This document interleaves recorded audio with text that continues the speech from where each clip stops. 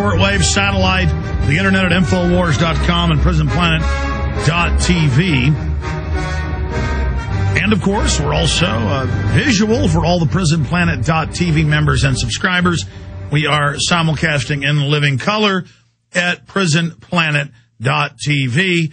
It is Sunday, the 26th day of July, 2009, and we have 2 hours laying out before us. Of course, this is always the abbreviated Sunday transmission, 4 to 6 p.m. Central Standard Time.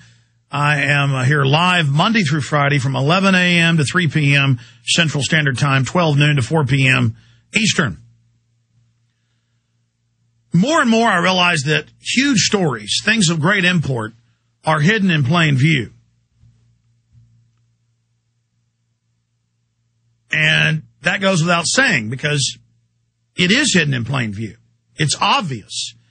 The question is, do we do something about what is obvious 2 inches in front of our face?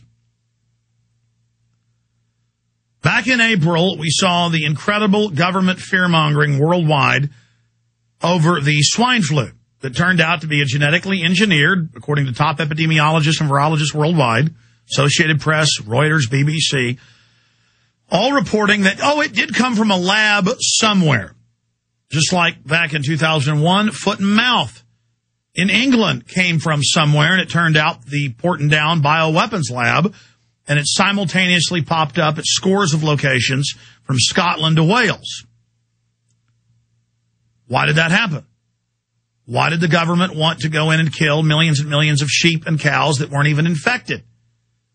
Well, it turned out they released it as some type of live action drill. The best way to test their system is to actually release something into the environment and then pose as the saviors, further expanding not just federal control in England or the United States or continental Europe, but global control under the World Health Organization. And after the flu fear-mongering of April and May,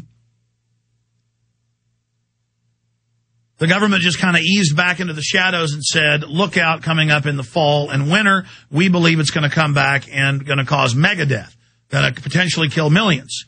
Well, now we are getting into the middle of the summer, July, August, getting close to the fall, and they are just ratcheting up the propaganda, ratcheting up the federalization, ratcheting up discussions of forced inoculations and mass arrest and mass graves. There's a big problem, though. We've seen them building this architecture for martial law and police state in and around biological attacks or naturally occurring biological pandemics for many years.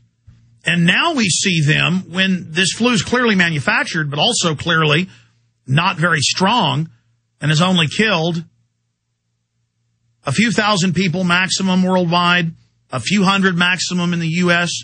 I've got the CDC's numbers here, and they vary. Why then are they so sure it's going to be deadly? Why are they gearing up in this way? We have some really disturbing information, and the more we look at this, it looks like they may be attempting to use the flu pandemic, the level 6 that the UN declared months ago, as a pretext to really bring in their world government and have domestic police state crackdowns worldwide.